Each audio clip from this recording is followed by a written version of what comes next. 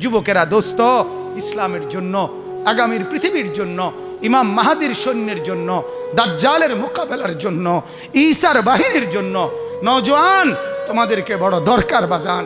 নিজের জিন্দেগি বরবাদ করো না, নিজেকে নষ্ট করো না বাপ, নিজের ক্ষতি নিজে করো না।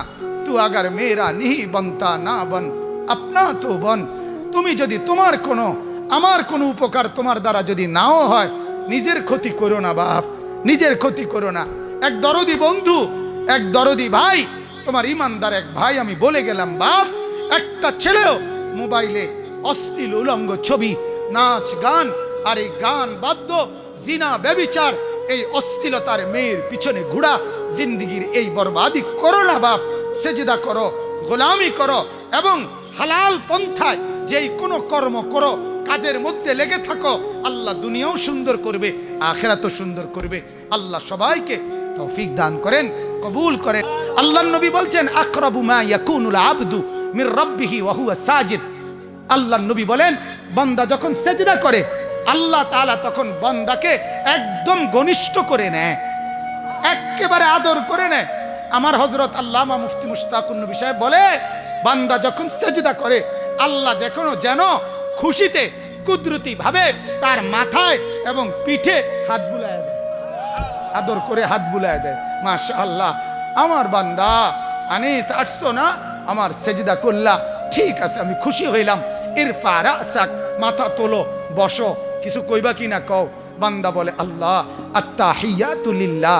আল্লাহ বলছে, আচ্ছা আমার প্রশংসা আবার করলা, খুশি হলাম, আর কিছু বলবা? বান্দা এবার বলে, আল্লাহুম্মা সাল্লি আলা মুহাম্মদ।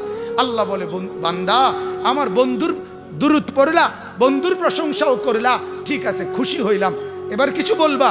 আল্লাহর বান্দা তখন বলে, হ্যাঁ মাওলা, আমার বিশেষ একটা আরজি আছে, আমি মূলত সেজদা দিয়ে আপনার কাছে আসছি, আত্তাহিয়াতু বলে আপনারে খুশি করছি, দুরূদ পড়ে আপনারে খুশি করছি। কারণ জানেন, কারণ আল্লাহুম্মা ইন্নী যালামতু নাফসি যুলমান কাসীরা। আল্লাহ, আমি বড় নাফরমান, আমার গুনাহ অনেক বেশি মাওলা, আর আমি জানি আমার এত গুনাহ আপনি ছাড়া মাফ করার আর কেউ নাই, এজন্য আপনার কাছে এসে জিন্দেগির গুনাহ মাফ চাইতেছি।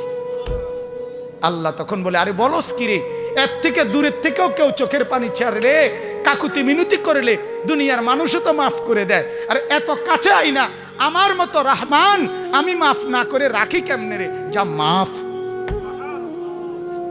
আর তখনই বান্দা সালাম ফিরাইয়া আবার বলে, আল্লাহু আকবার, আল্লাহ আপনি বড়, এই কারণে আপনি বড় দেখা বড়র শান বড় মাফ করে দেন। বলেন আলহামদুলিল্লাহ, বলেন আলহামদুলিল্লাহ। ওমান ইয়াশকুর ফাইন্নামা ইয়াশকুরু লিনাফসিহি। এজন্য আল্লাহ বলে, কৃতজ্ঞতা আদায় করবা বান্দা তুমি আমার, আল্লাহর লাভ হবে তোমার। লাভ হবে কার? কারণ গোটা পৃথিবী সেজদা করিলেও আমি আল্লাহ বাড়ি না, গোটা পৃথিবী সেজদা না করিলেও আমি আল্লাহ কমি না। লা ইয়াজিদুহু শাইউন ওয়ালা ইয়ানকুসুহু শাইউন। কোনো কিছু আল্লাহরে বাড়াইতেও পারে না, কোনো কিছু আল্লাহকে কমাইতেও পারে না। আল্লাহ হচ্ছেন আল হাইয়ুল কাইয়ুম, একই রকম আছেন, একই রকম ছিলেন, একই রকম থাকবেন, ঠিক কি না বলেন? তাহলে অতএব শুকর করলে কার লাভ? আমার লাভ। করব শুকর কার? লাভ হবে কার? আমার।